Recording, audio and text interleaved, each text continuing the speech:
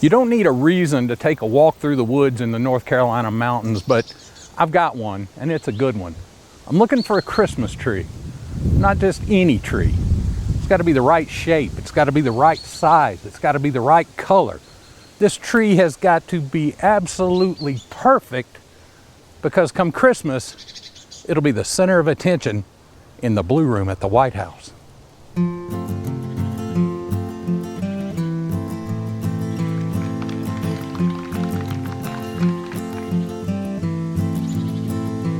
So most people don't realize that growers actually compete for this honor. And so we have a state competition every year, and the growers compete on a state level, and the winners of that contest advance on to the National Christmas Tree Association contest, where then they're voted on by their industry peers. And Larry won back last year in 2017. He was voted the grand champion with his Fraser Fir Christmas tree. This is actually North Carolina's 13th trip to the White House, more than any other state in the nation. So we're pretty proud of that.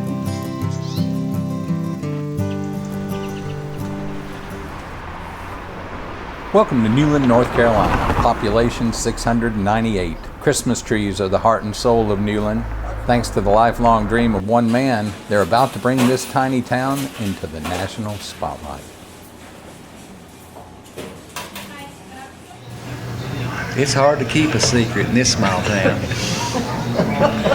If you go in a convenience store, if I'm over in Banner Elk, I was over there last week and just run in to get some stuff with the guys working, and everybody sort of looks at you differently and they congratulate you, so they recognize that, I didn't realize that they would recognize me, and the lady behind there was the cashier, everybody, there's a big pride here in the county that they're proud that we're going to not only be representing my farm, but representing Avery County and North Carolina Fraser Firs in the White House. So it's a big honor, not only for me, but for all the local citizens. It's been sort of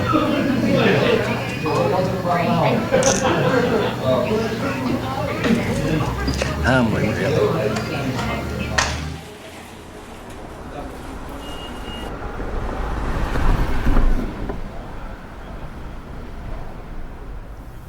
I just think it's wonderful.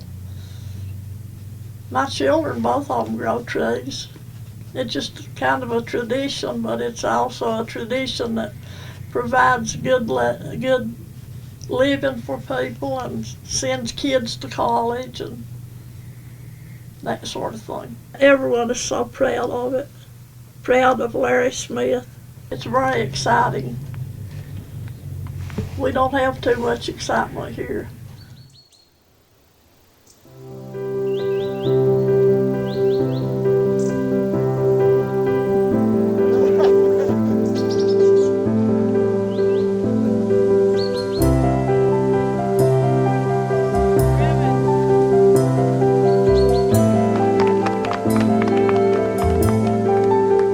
I knew when I saw Dale's eyes as soon as he looked at this tree that this was the one. And getting up close to it and just seeing that natural look, and it just checked all the boxes of having a straight trunk and a full body and a great top, good smell, great color.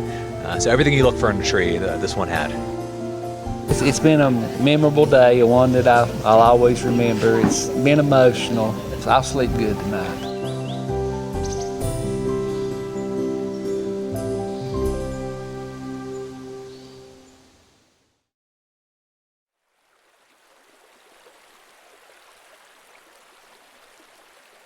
This is just part of a day's work here. We're right here. This is a little overflow storage area on the North Toe River. There are dozens, maybe 100 Christmas trees around me right here, but Larry Smith is responsible for the care and maintenance of 40,000 Christmas trees.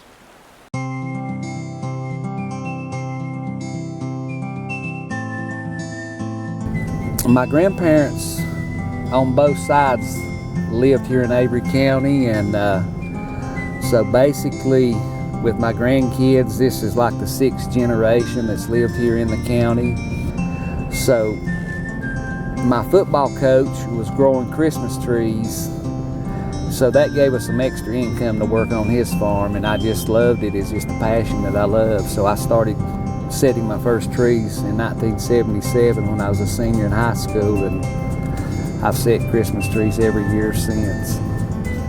When I'm driving or walking, I can pretty well spot if there's a problem as far as when we trim the trees. Of course, we're trimming the trees every year, and basically the Fraser fir are 12 to 13 years old when we cut it from seed. When I go through the fields looking at the trees, I get several memories. I mean, you of course you wonder where that tree is going to end up, and hope it brings a lot of Christmas spirit to the people that enjoy it.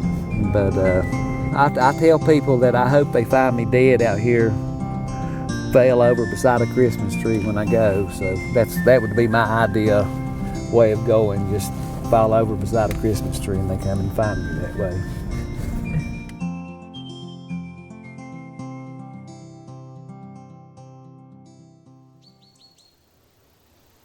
So basically what we're looking at here is what we call seedling beds.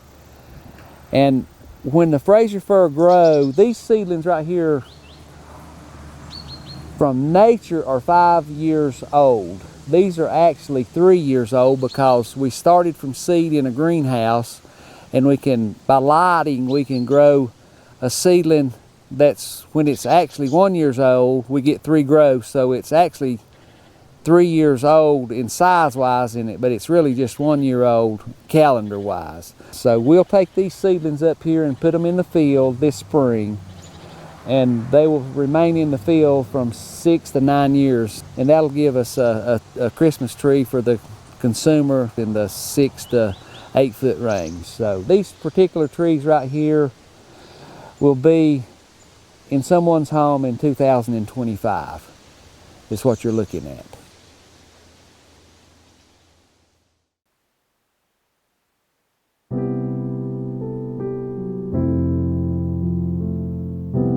A tree like the 20-foot Fraser fir that's heading to the White House would fetch top dollar. Larry Smith's not getting paid a dime. This tree is his gift to America.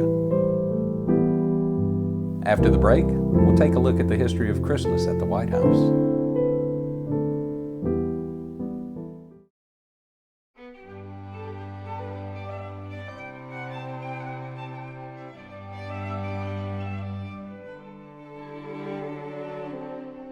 John Tyler was the first president to have a Christmas tree in the White House. That happened about 1841. People wonder, why didn't George Washington have a tree in the White House? Well, George Washington didn't live in the White House. John Adams was the first resident. He moved in 1800, and still it took another 40 years to get a Christmas tree in the White House. Since then, the official White House Christmas tree has been in the Blue Room every year, with a few exceptions. During the Civil War years, Abraham Lincoln did not have a Christmas tree in the White House. He thought it was a bit frivolous with America's attention so focused on other matters. In the 1890s, with Kaiser Wilhelm and the Prussian Empire rising, there was some pretty strong anti-Germanic sentiment in the United States. Christmas trees are a German tradition, and there were a lot of Americans who thought they simply had no place in the White House. In 1902, there was no White House Christmas tree because this guy forgot to order one. December 23rd, Teddy Roosevelt looked around and said, "Bully, where's the tree?" And it was too late to find one. I don't know what's more remarkable, that he forgot, or that just over a century ago, the President of the United States was still responsible for things like ordering the White House Christmas tree. There was no White House Christmas tree in 1904 or 1907. In 1922, there was no tree because First Lady Florence Harding was gravely ill over the holidays. In 1929, the White House got its first official Christmas tree when First Lady Lou Henry Hoover took over the holiday decorations for the first time. In 1961, Jacqueline Kennedy started our modern tradition of a White House holiday theme. Her inspiration that year, the Christmas classic, The Nutcracker. Now, it's something you only have to think about once a year, but there's a lot of work that goes into growing an annual Christmas tree crop.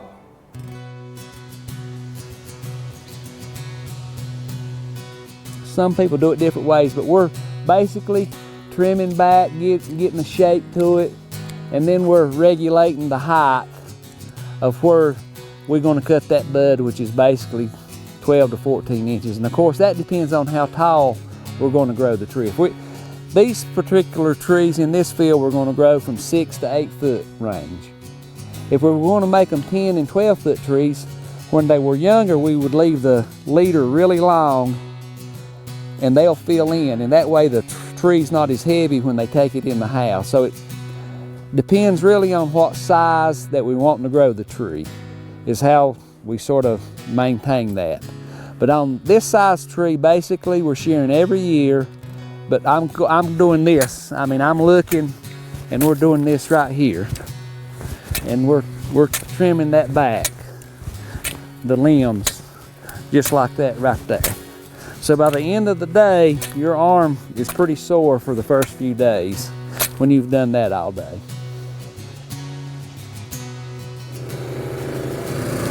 Basically, when the guys that cut the trees, they work in two, and we have the guy operating the saw, and also we have the guy what we call the stick man. And the stick man is the guy that slides a stick up under the tree where we can see if there's any rocks, and also we can see the trunk really easy. So it just, as far as visually, we can see if there's anything in there that would be an obstruction to our chain, because you definitely do not want to use a dull chain cutting chainsaw.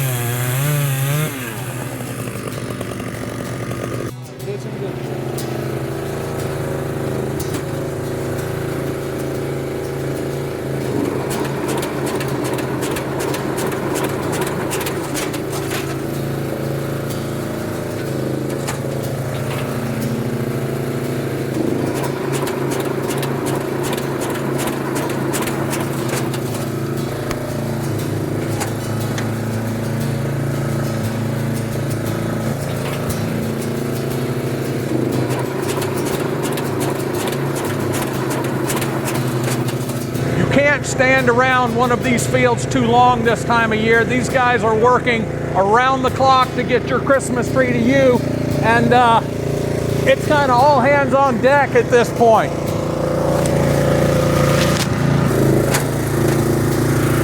So I hold the cord, I take the levers. All right, so are we ready? I pull these levers now. 1, 2, 3. There it goes.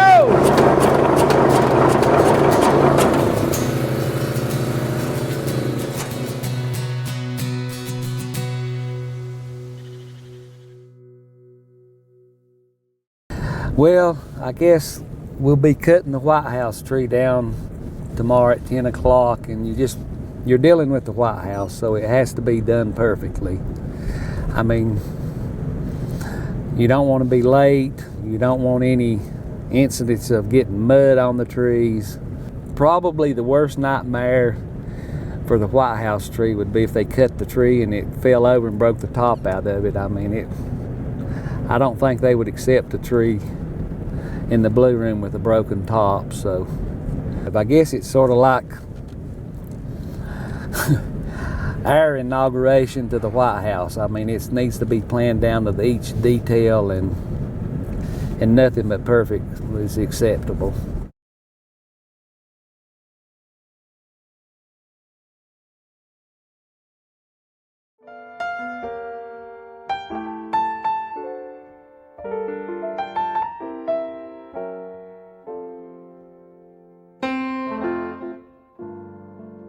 Surprisingly, no nerves today. Calm. I think we had all the I's dotted and the T's crossed. Hopefully it'll go perfectly, and I don't foresee any problems today.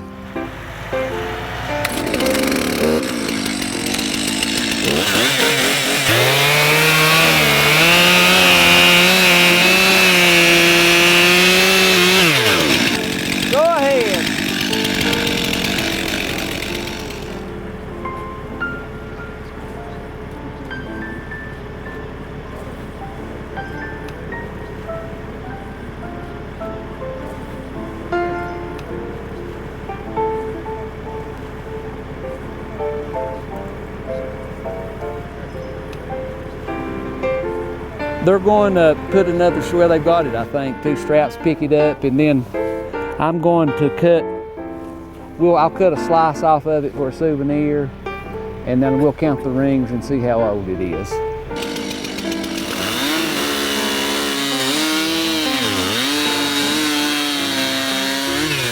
Let's see, looks like one. I'm gonna say really, the woolly worm prediction is it's 25 years old. It looks to me like it's 25 years old. So hopefully we'll have a lot of snow this winter.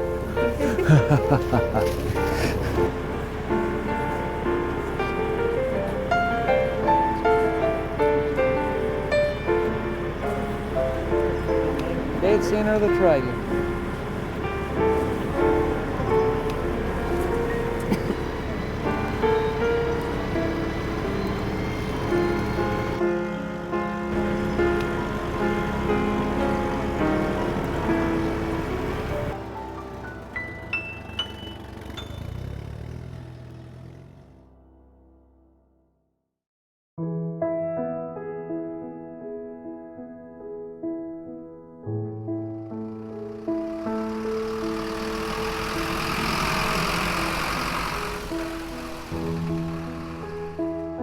Good morning, everyone, and welcome. Thank you so much for coming out on this chilly Wednesday morning to join us as we cut and send off the White House Christmas tree. Larry, you and your family and your Christmas tree farm have made all of us proud all over North Carolina. Every time that North Carolina is not chosen as the grand champion to put the tree in the White House, my first thought is the judges made a mistake. Now I would like to introduce our fantastic grower, my friend Larry Smith. Thank you, Jerry. Thank everyone for coming out, AKA also known as Popsy. A couple of my grandkids are sitting over here, so my mom's sitting over here, Leona Smith. That's what makes this even more special.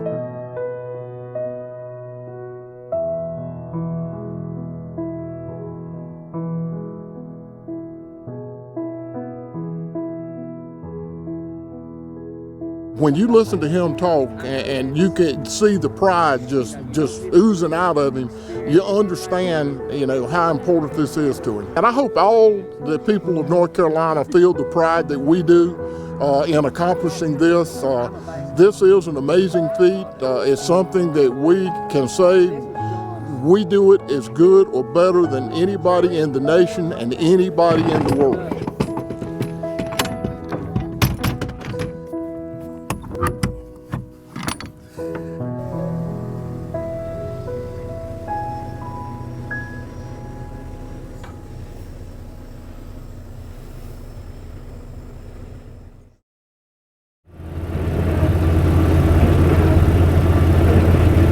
That'll be pretty cool, I think, when we are standing there in front of the White House and the tree actually comes up. I really don't even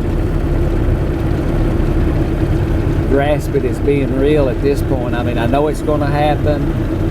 I don't know what exactly is going to happen.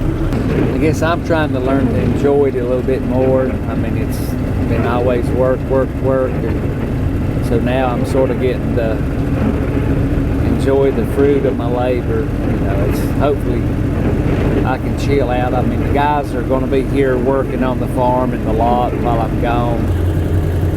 We'll be entering Lenoir, North Carolina. It's the county seat of Caldwell County, of where I grew up here, and I guess right now it's just sort of special coming. I mean, the people down here, be proud that there's a local connection between myself and Rusty Estes. Grew up here in Lenoir, and I'm taking the tree to the White House, and he's taking the tree to the Vice President's residence at the Naval Observatory. So that's pretty neat. That's pretty neat. Sort of like the local boys did well.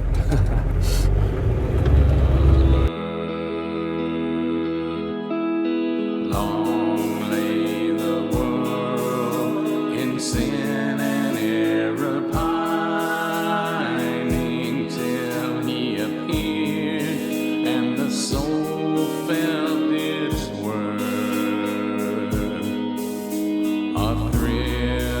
really it doesn't seem like it's real. I guess it comes down to, you know, you're not a quitter, and you just